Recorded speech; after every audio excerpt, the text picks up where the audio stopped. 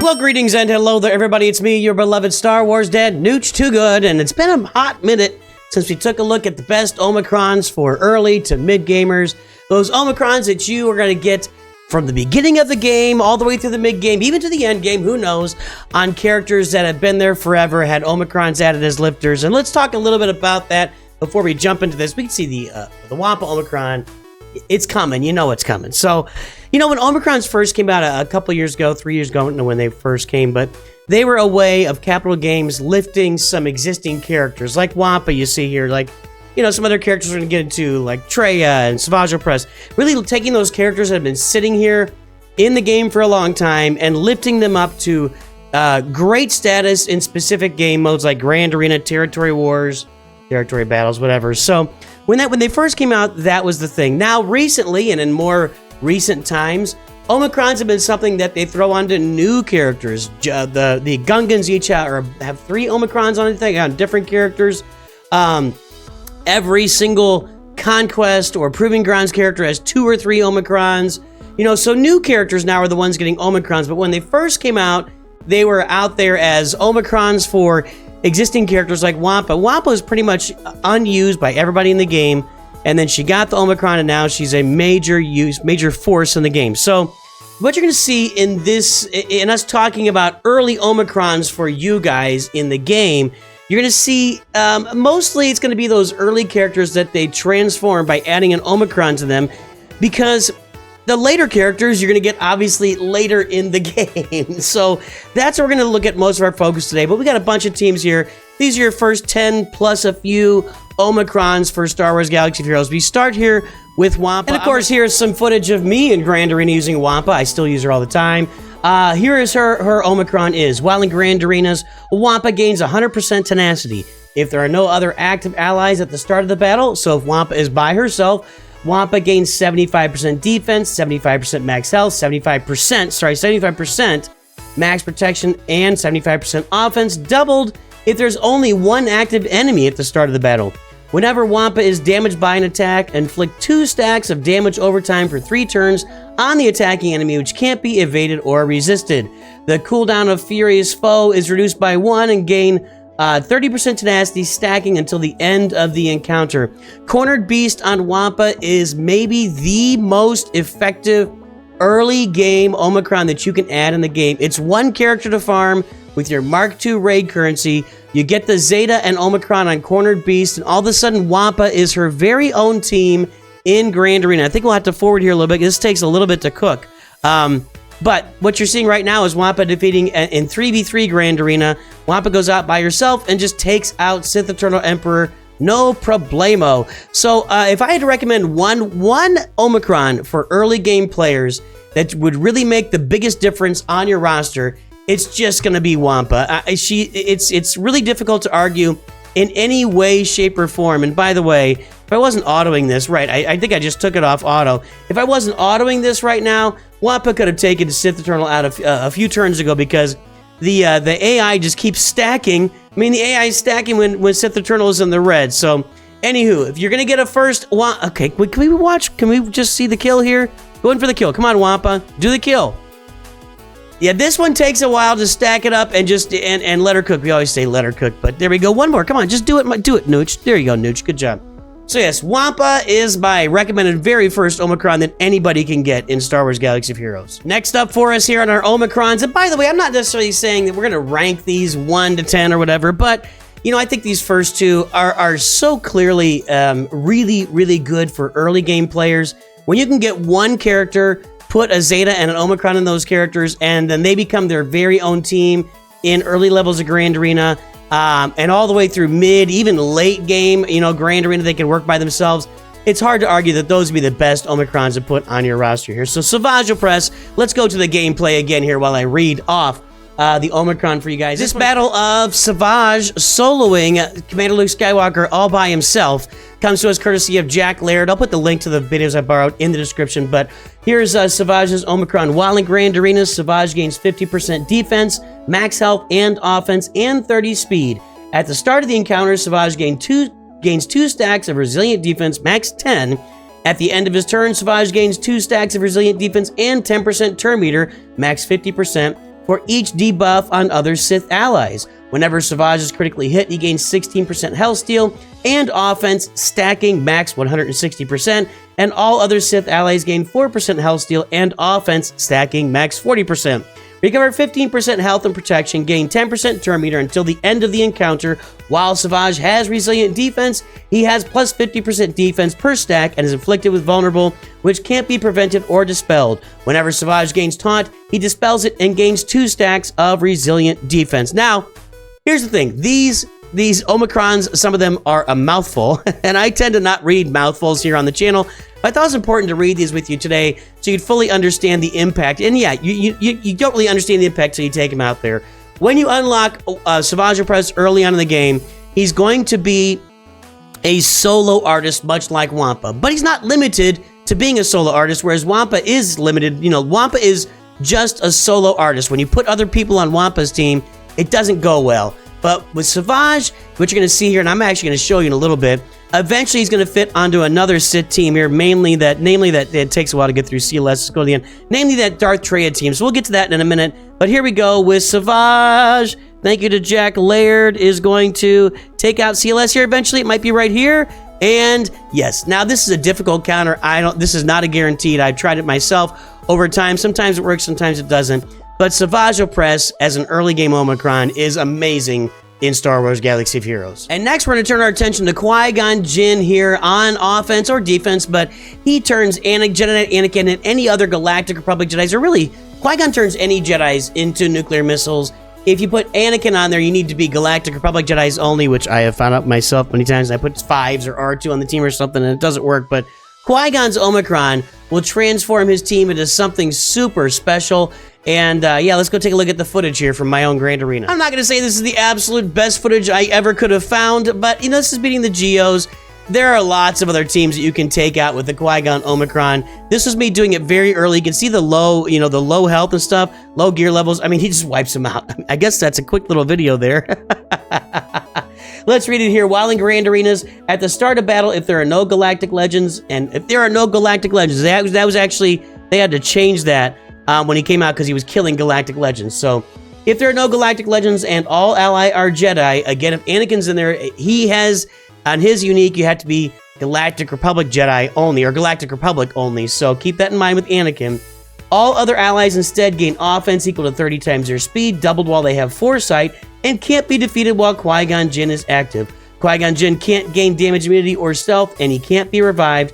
When Qui Gon is defeated, all allies recover 100% health and protection, and gain 400% of Qui Gon Jinn's offense for 2 turns. That is the Qui Gon Jinn Omicron. It is a massive destroyer of worlds. Let's take a look at our next one. And now we turn our attention to the Geos and Poggle's Omicron. This is something my guild at 350 million is still using in Territory Wars today. It's almost a requirement for early or low-level guilds to get as soon as possible. Get that big Geo wall with the Poggle Omicrons. It'll make things difficult to impossible for your opponents in Territory Wars early on, and later on forces them to use bigger teams. Let's go to the video. A big thanks to Star Wars Tactics here. He's going to show gas. Now, when I looked up the Poggle Omicron, I was difficult to find footage of the Poggle Omicron doing good things because all of the videos out there are about how to counter the Poggle Omicron with teams like Gas, which is crazy using Gas against Geos. But let's go ahead and take a look at this. While in Territory Wars, if there are no enemy Galactic Legends, again, this was beating Galactic Legends. I don't know if they had to modify it or that's how it came out. I don't remember. And all allies are Geonosian. At the start of the battle and the first time an ally is summoned, Geonosian allies gain Geonosian Brood until the end of the battle or they are defeated, which can't be copied, dispelled, or prevented. Geonosian Brood, plus 20% max health, max protection, offense, tenacity, and 10 speed for each Geonosian ally. When this character is defeated, revive at 100% health, protection, and turn meter, excluding summons. So when you knock out a Geo, they come right back. They've all got a bunch of extra health, protection, damage, etc., and speed. And when you kill them, and when you crush them, they come right back into your life, and with 100% turn meter, no doubt, and to take you on again. So we're going to kind of scroll through this here against on I think it was Star Wars Tactics, I think it was his name. Yeah, you can beat the Geos in Territory Wars, but early on, you know, an early level guild using Geonosians on their walls in Territory Wars will make their opponent's life really, really difficult for an early level guild. But even here through the mid game, you can see folks are using teams like Gas to defeat Geos. That just seems so out of whack that you have to spend a team like Gas to take out Geos, and that's why they're so valuable with that Poggle Omicron. Now, Iden Versio, her Omicron is another one that was difficult to find on offense. Most people are throwing it on defense, unless you see a Wampa, and then you want to keep it for offense, unless you're putting out like a multiple Wampa counter team. But Wampa easily kills Iden when it's put on defense, unless you got the right team, and I think Scout Trooper makes it hard. But early game, mid game, even in the late game, you know, you can start using Iden on offense and she can do some really nice things for you. I got a video from our old pal Arnold here to run while I read off Iden's Omicron. Just some early game footage. This was when she first came out with that Omicron of Arnold using that Omicron, and we'll get this here up. It's on her leader ability. While in grand arenas, at the start of the battle, if no other allies have the leader tag, Imperial Trooper allies also gain 35% max health and protection, and whenever an enemy attacks on a turn, Imperial Trooper allies recover 20% health and protection and gain 10% turn meters. So her Omicron in Grand Arenas kind of turns this team into like a mini, well, kind of a mini Veers team. You know, they've already got the what do we got it here? First in, last out. They've already got that on there where they're going to gain, you know, if they are defeated, they come right back if Iden is active. It just makes them so survivable in the game, and her Omicron adding to can really destroy people. And if you add that Omicron early in the game, it's going to make your teams almost indestructible in Grand Arena. And then later on, when people are counting her with Wampa, you can put her back on, you can keep her back for offense, use her for some fun stuff back on offense. So yeah, Iden Versio Omicron is extremely valuable in Star Wars Galaxy of Heroes for early to mid-game players. Now, how about your Phoenix boy? We got two Omicrons here. Hera has her TW Omicron, and Captain Rex has his Grand Arena Omicron. Honestly, this team is a great performer even without the Omicrons, but they just add another level of performance. Let's go watch me do some nasty stuff with these Phoenix. So Rex just turns your Phoenix into an almighty wrecking crew, and in 3v3, a team of clone troopers. A lot of times people throw out there with, you'll have regular Rex, Captain Rex, and fives out there. You know, what happens with Rex, and boy, that picture is very blurry, isn't it? I don't know why we're so blurry there. Let's pause and restart it here. Come on, YouTube, make it not blurry. I don't get it. Why does YouTube do that? Anywho, you know, Captain Rex just transforms that Phoenix squad. And then when you look at Hera's Omicron, I'm going to go ahead and read through that. I don't have any footage of her in Territory Wars, but Hera's Omicron in Territory Wars. While in Territory Wars, Phoenix allies have plus 30% counter chance, plus 50% max health, and plus 30 speed. When Hera uses backup plan, all Phoenix allies gain backup plan. All Phoenix allies gain backup plan for 3 turns. The first time each other Phoenix ally falls below 50% health, Hera gains 80% turn meter. Whenever a Phoenix ally uses a special ability, all Phoenix allies gain 10% offense, stacking until they're defeated. So Hera's Omicron in Territory Wars makes the Phoenix pretty brutally awesome, and Captain Rex's Omicron in a Grand Arena makes them awesome as well. I will say, generally speaking, if you add Captain Rex with a Zeta to this team, it's going to make them awesome regardless, but those Omicrons just add a lot of extra oomph to these Phoenix teams in Grand Arena and Territory Wars. I don't know how long this is going to take. Yeah, it looks like that's about it.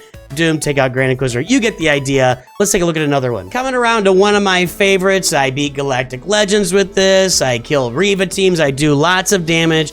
I love the Darth Traya Omicron, and this is where I was saying that when you get Savage Opress's Omicron early, he eventually goes from being a solo artist to moving over to Darth Traya's team. Love that Omicron. Let's go watch that valuable footage while I read off the details of her Omicron. I've got a couple clips of Darth Traya teams here in Grand Arena. I just use her all the time. She's one of my faves on offense. And one note is that her Omicron goes on her unique, so maybe you can find opportunities to put her on non-Traya lead teams, although I think that's pretty rare. So here we go. While in Grand Arena, and if there are no enemy dark side Galactic Legends, so she works against light side Galactic Legends, but not dark side Galactic Legends.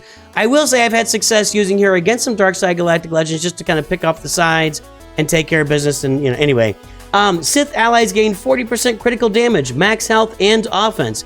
You should see Darth Vader on a team like this. Man, we already got through that footage already. Let's go take a look. I'll have to load up another one here for you guys. That was super fast. Here we go against Starkiller. So, yeah, Darth Vader on this Traya team, when he gets on there, is just a monster with all the extra offense, critical damage, max health, and offense. When a Sith ally suffers a debuff, they gain 10% bonus protection stacking until the end of their turn. At the start of each Sith ally turn, Traya dispels all debuffs on them, and all Sith allies gain 5% critical damage, health steal, max health, and offense, stacking max 100% until the end of the encounter. When an ally Darth Talon is critically hit or inflicted with a debuff, Traya gains 12% offense, stacking for 2 turns. When an ally Darth Nihilus, Darth Sion, or Darth Talon's health falls below 90% for the first time, their cooldowns are reset. The cool thing there is, if Darth Nihilus gets below 90% health and resets his cooldowns, what does he do? He annihilates somebody. So yeah, this Traya Omicron, I guess these are a couple of 3v3s I put out here, but the Traya Omicron is just absolutely nut jobbers in Grand Arena. I mean, she is a monster, and I love using that Darth Traya Omicron, especially combined with that Savage Opress Omicron. Next, we turn our attention to Mara Jade, which is an incredible Omicron to have on your team for territory wars, especially early on, and you don't even need her at high star levels or high gear levels to make it work. Let's go watch the footage on that. Big shout out to Kyees TV, or Kyees, Kyees TV here. Let's take a look at Mara Jade's Omicron, the Emperor's Hand. There we go. While in territory wars, at the start of the battle, if the enemy leader is not a galactic legend, they lose 100% protection, 50% max protection, and Mara Jade gains 100% turn meter. Whenever an enemy unit is defeated, all allies gain 20% max protection, and Mara Jade inflicts vulnerable for 1 turn on a random enemy, which can't be evaded or resisted.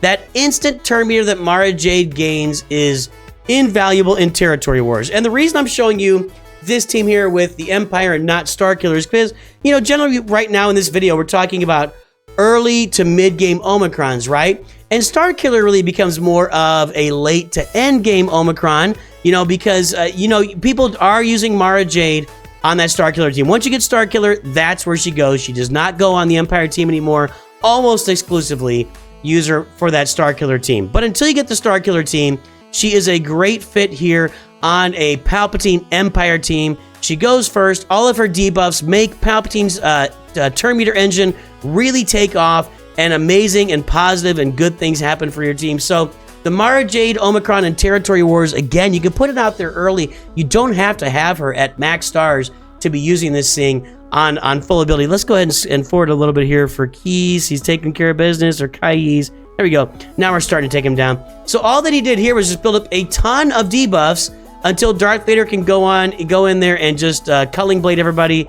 And actually, it looks like your pal and mine, Keller and Beck, is about to go down from dots, or a basic from Vader. Nah, that didn't even work. So, anywho, Mara Jade, Territory War, Omicron for those early to mid-game rosters is just a banger and highly recommended. Next, we turn our attention to your favorite Night Sisters and Merrin's Omicron. You know, a lot of you guys, even in the early mid-game, have unlocked Merrin. You got Night Sisters through the bundle, and you put Merrin on there. And with her Omicron in Grand Arena, amazing things can happen. We're going to go look at none other than Bit Dynasty, showing what she can do against Jabba. Merrin's Omicron really gives you a lot of opportunities in Grand Arena. Let's take a look at that thing. Vengeful Bond. No, that's not there. Oh, I looked at the wrong place.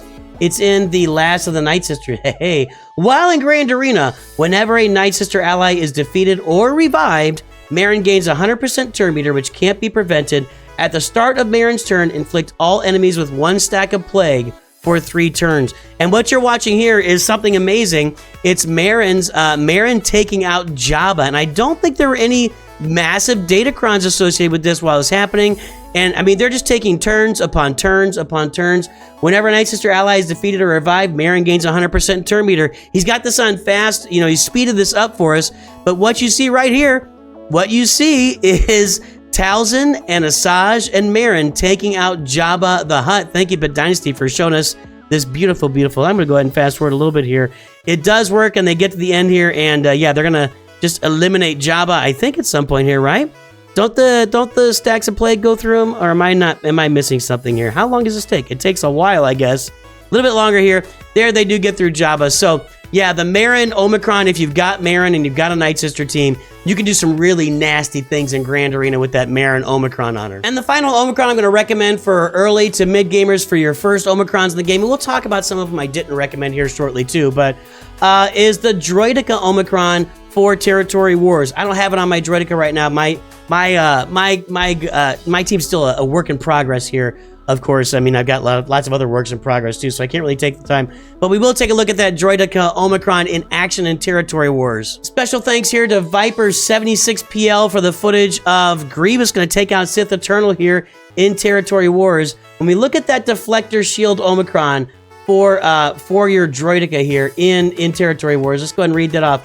While in Territory Wars, and if all allies are Separatist droids, Droideka gains damage immunity for 1 turn at the start of the encounter, which can't be copied, dispelled, or prevented. Droideka also gains 1 stack of charge for 1 turn whenever another ally takes a turn. Look at the stacks of charge just pile up on him, and he does so much more damage when he has charge there. Whenever an ally is marked, Droideka gains 25% max health stacking until the end of the encounter. That's a Jedi Knight Revenant trick right there. And the ally in the leader slot gains 20% turn meter at the start of each turn. If Droideka and the ally in the leader slot gains 20% turn meter. Semicolons and colons are tough to tell apart. Why wouldn't we just put a period there? No, just put a period there. At the start of each turn, if Droideka has damage immunity, all allies are immune to daze and stun. While Droideka is marked, all other allies have plus 25% potency and plus 25% speed. Sorry, the marked is there for Grievous. I'm not thinking clearly there, because Grievous applies marked.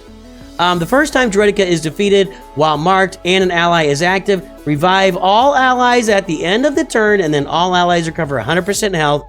At the start of Droideka's turn, all allies recover 10% health and protection.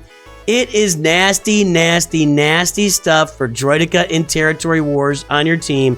It is a great early Omicron to have for your guild. If you have a bunch of GGs out there, General Grievous with those Droideka Omicrons, it makes a great wall. Hey, look at all those videos up there. And that's going to bring me to the end of the Omicrons I'm recommending for all of you early game, your first Omicrons in Star Wars Galaxy of Heroes. Let's talk about a couple of more that I left off. A lot of you are probably thinking about Zori Bliss right now. And while, yeah, Zori Bliss's Omicron is really good, I was looking through a bunch of content, and most of the content that I found regarding Zori Bliss really took me to a place where she can be used without that Omicron almost to the same effectiveness as she can with it. So I'm not sure that her Omicron is a super required thing. What it does is, in Grand Arena, if there's no Galactic Legend allies and they're all resistance, if the ally in the leader slot is a non-unaligned force user, whenever she is stealthed at the start of her turn, all enemies without expose are inflicted with expose for 1 turn, which can't be evaded or resisted. It is definitely not a bad thing to have, but when I was looking up a lot of Zori counters, both on offense and defense, not a lot of people had that Omicron applied. They were just using Zori with their Zetas, and they were just fine with that. So that's why I didn't mention Zori Bliss's Omicron here. Other ones to look at. A lot of us at the beginning, when the Chirpa Omicron first came out, we thought it was going to be really amazing, and we all grabbed it. Ewok allies have plus 30 speed, and Ewok allies deal additional 40% more damage with basic abilities, and have an additional 40% chance to call an Ewok ally to assist when using a special ability. It looks really awesome. It doesn't actually add all that much to Ewoks, so unless you're going to be really focused in and getting your Ewoks all to Relic 7 and 8 with Chirpa, it's just not a recommended Omicron. And the final place I'm going to look here is at my first order Omicrons that I also have not applied.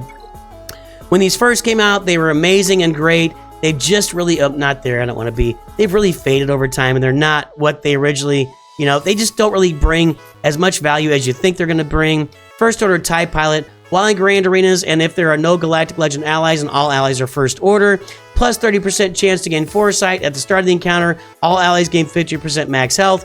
Whenever an ally has advantage, they have plus 50% critical damage and plus 100 speed. At the start of each character's turn, if an ally doesn't have advantage, they gain 100% tenacity until they gain advantage. Whenever an ally, it just looks like it's amazing. It just ends up like not really, for some reason, it just doesn't add all that much to a first order team, shockingly. Now, Phasma's Omicron can be useful in TW early on. I'm going to say that for her for sure. While in Territory Wars, additional plus 10% chance to call a random ally to assist. Captain Phasma has plus 100 speed. Whenever a first order ally attacks out of turn, first order allies recover 5% health and protection. Whenever a first order ally gains advantage, they also gain 10% offense stacking for the rest of the battle, and all first order allies gain 7.5% turn meter. This can turn, honestly, original Kylo Ren on that team can really turn into a monster as the battle progresses, and he stacks and stacks and stacks offense from the Omicron and then also on his own. But, you know, again, the First Order Omicrons, while useful, they just fade over time and they don't end up being all that amazing on your roster, even though you guys evolve from Supreme Leader Kylo Ren. So there you go. That is my guide here to your first 10 Omicrons in Star Wars Galaxy of Heroes, 10 plus Omicrons, the early Omicrons that you should be grabbing as a new player here. Hopefully this helped a lot of you guys in the game. I'd love to hear from you guys if there's any Omicrons I'm missing. And again, most of this is tied up in characters that have been around for a while. The newer characters we see are like Captain Rex is a newer character, Iden is a newer character, and Merrin is a newer character. Mara Jade kinda, but most of these Omicrons are put on old existing characters to kind of upgrade their performance in different game modes. So let me know what you think. I will definitely talk to you soon. And of course, always remember, Nooch too good.